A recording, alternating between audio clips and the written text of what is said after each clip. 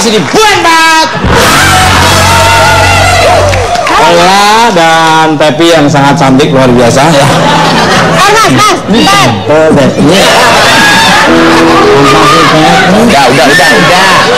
Bisa. Seperti janji saya tadi, kita kedatangan Ketua IMI yang merangkap juga sebagai Wakapolri. Mari kita sambut Bapak Nanan Soekarno.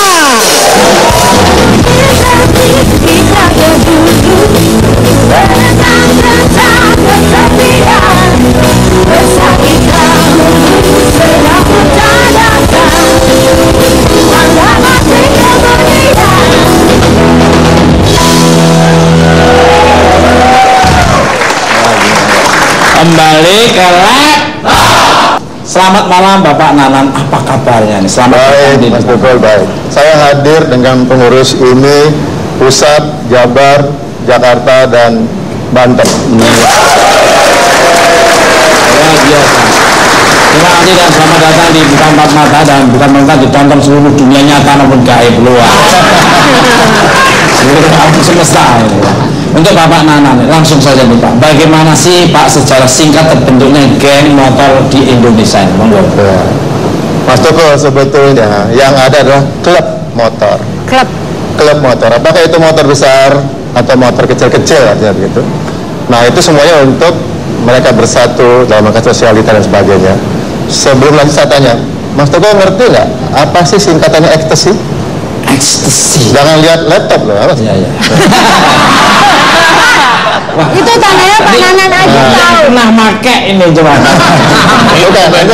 Bukan klub ekstasi. Saya begitu Pak. Jadi sebetulnya yang saya tahu dulu namanya adalah Exalt to Coitus. Diganti menjadi Exalt to Creativity. Itu yang saya tahu. Jadi seharusnya memang sebetulnya klub ekstasi itu positif. Bahkan saya membawa di sini yang mantan anggota ekstasi di Jabar, yang sekarang menjadi pengurus IMI Jabar.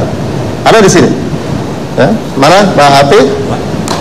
Hafid? Dia dari Jabar. Ada apa lagi? Irfan? Irfan begini? Ada.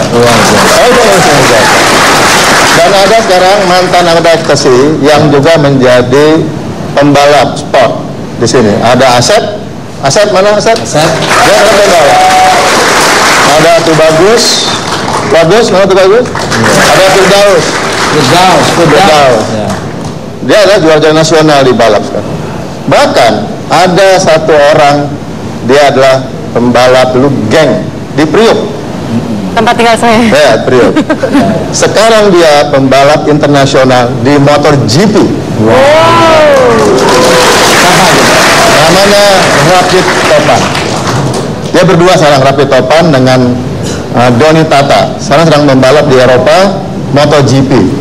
MotoGP adalah event tertinggi di motor. Kalau mobil namanya F1. Kita masih di F2 sekarang, namanya Rio Haryanto. Jadi sebetulnya klub yang dibangun di bawah IMI ini kesana arahnya. Anak muda kan penuh dengan keberanian dan sebagainya.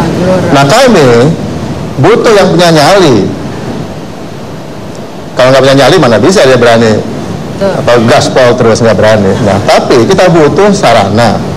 Itulah kami di IMI seluruh pengda-pengda itu memotivasi, meminta bahkan kepada Pak Roy Suryo selaku Menpora untuk memaksa tanda kutip para gubernur, para bupati membuat sirkuit di masing-masing. Setuju saya Pak. Pengda di masing-masing kabupaten.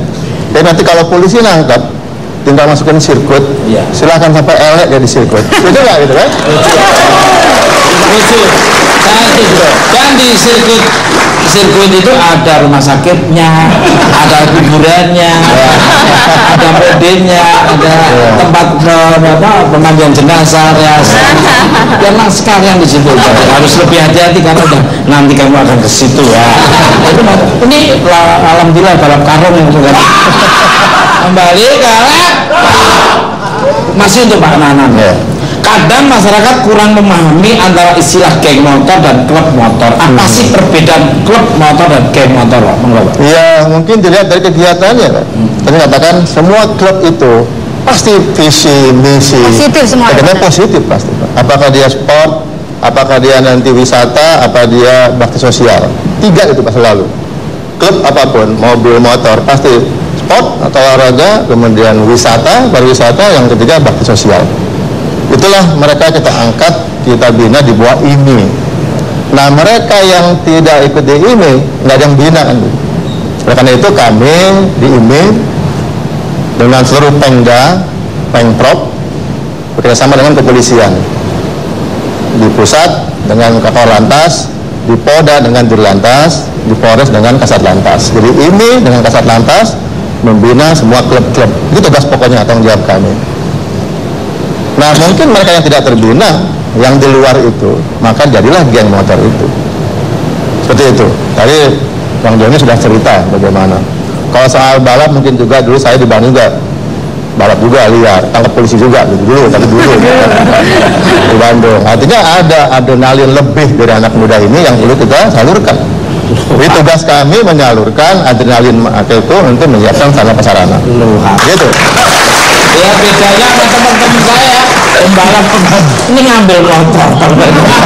Ini cepet loh, hanya tempo 3 menit pas. Cuma hanya beri minyak angin aja tuh tahu terlatih ini benar-benar. Ada yang nontonnya juga diangkat balik lah. Aduh, kok memang jual ke saya Pak. Najis tralala gitu. Udah Pak Nana lagi. Geng motor banyak didominasi bagaimana bentuk generasi mudanya. Menurut Bapak Nanan sebagai Ketua Ikatan Motor Indonesia, bagaimana cara memberi penerangan kepada anak-anak nggak jelas seperti itu mengenai bahaya geng?